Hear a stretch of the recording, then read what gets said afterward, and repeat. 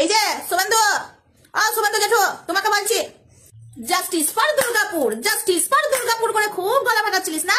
পদত্যাগ, মমতার পদত্যাগ। কি মেয়েটা দুর্গাপুরে রেপ হয়েছে? হ্যাঁ, ধর্ষণ করা হয়েছে, কিন্তু এইটা কি হলো? দুর্গাপুর বদনাম করা প্ল্যান করে। এই যে শুভেন্দু, শুভেন্দু জেঠু তোমাকে বলছি, আজ তুমি তোমায় ছাড়বো নি, কারণ আমি তোমায় ছেড়ে কথা বলবো নি। আজকে আমি তোমাকে এই ভাষাতেই দিবানি, ঠিক আছে?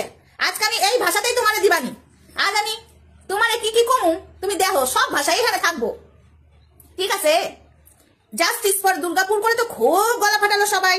এখন বন্ধুরা, এই যে দুর্গাপুর যে কাণ্ডটা হলো, ধর্ষণ কাণ্ডটা, এখন যার সাথে হয়েছে সে বলছে আমি মেডিকেল করবো নি, আমি মেডিকেল করবো নি, ঠিক আছে? আর ধর্ষণকারী বাবা কয়েক বলছিল আমি আর বিচার চাই, ওই 4 জনের সাজা চাই, ঠিক আছে? এখন বলছে সোনার বাংলা তোমার থাক, মমতা দি যদি কিছু অন্যায় করে থাকি ক্ষমা করে দিবে। কেন তুমি এখন কোথায় যাবে? যেতে তোমায় দিব না, তোমার মেয়ের মেডিকেল করবো, তবে ছাড়িব আমরা, ঠিক আছে? অত সহজে হবে নাই।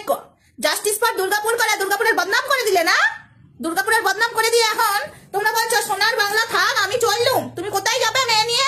আগে মেডিকেল হবে, তোমার মেয়ে মেডিকেল করবে না, পোশাকটাও দিচ্ছে না। আর শুভেন্দু অধিকারী কি গলা ফাটাচ্ছিল, মমতার পদত্যাগ চাই, কোথায় গেল? এটা মানে দেখো, আমি বিজেপির কাউকে বদনাম করবো না, আমার মমতার কাউকে আমি বদনাম করতে যাবো না। হ্যাঁ, 2-3 জন আছে মমতার, আমি ওগুলোকে সহ্য করতে পারি না। মুখের সামনে বলে দিই, দিদির সামনে মানে দিদিকে বোঝাই দিদি তোমার পাশে আছি, আর দিদির সর্বনাশ করে কিছু বিজেপি মমতার লগ করে, বুঝেছো তো? ওরা হলো মমতার নামে বদনাম করে দেয়, ঠিক আছে? ওরা খাবে, সব পকেটে ঢুকাবে, আর দোষ হবে মমতা দির। কিন্তু মমতা দির কাজের মতো কাজ করে দেবে, আর ওরা পকেটে ঢুকিয়ে দোষ হয়ে যায় মমতা দির। ওই কজনকে আমি দেখতে পাই না, ঠিক আছে? বিজেপির তাই, বিজেপির কিছু মানুষকে আমি দেখতে পাই না, কিন্তু আমি বিজেপির সব লোককে বদনাম করতে পারবো না। তার মধ্যে এই যে শুভেন্দু অধিকারী তো দোগলা, ঠিক আছে? তার কোনো নিজের সিদ্ধান্ত নাই, দোগলা মানে বললে দোগলা। আমি কোনো রাজনীতি করছি না, কারণ আমি স্বাধীন দেশের স্বাধীন নাগরিক, তো আমার বলার অধিকার আছে। কিন্তু বন্ধুরা, আমি তো বলবই, আমি তো বলা ছাড়বো নি, বুঝেছো বন্ধুরা? তো এই যে শুভেন্দু অধিকারী দোগলার থেকে দোগলা, এত দোগলা, ওর নিজের সিদ্ধান্ত ঠিক নেই, ও কোন জায়গায় বসবে সেটাই ও বুঝতে পারছে না। গলা ফাটিয়ে প্রচুর কিছু করে নিল। আর যে তিলক তোমার বেলাতে বাবারে মমতা দ্বারা কিছু হবে না, সিবিআই এলো, ওগুলো তো কার আন্ডারে ছিল? সিবিআই গুলো কি করলো?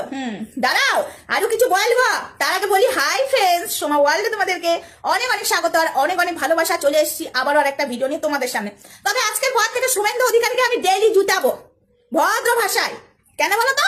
শুভেন্দু অধিকারী না জেনে শুনে গলা ফাটাতে লাগলো। আরে গলা ফাটাবি, মেয়েটার মেডিকেল করবি, কে কে র্যাপ করেছে? 4 জনাই করেছে না, আরো 1 জনা করেছে, সেটা না জেনে সবার নামে বলে দিলি র্যাপ করেছে, র্যাপ করেছে। আসল ঘটনাটা বন্ধুরা তোমরা শুনবে আমার কাছে। এই দুর্গাপুরে যে ঘটনাটা ঘটেছিল না, ওই যে জাস্টিস ফর দুর্গাপুর করে গলা ফাটাচ্ছিল, তো সেই ঘটনাটা আমি বলবো, ঠিক আছে? ওই জন্যই তো আমি বলেছিলাম এর ওর পদত্যাগ না চেয়ে ফাঁসির আইনটা আনা হোক,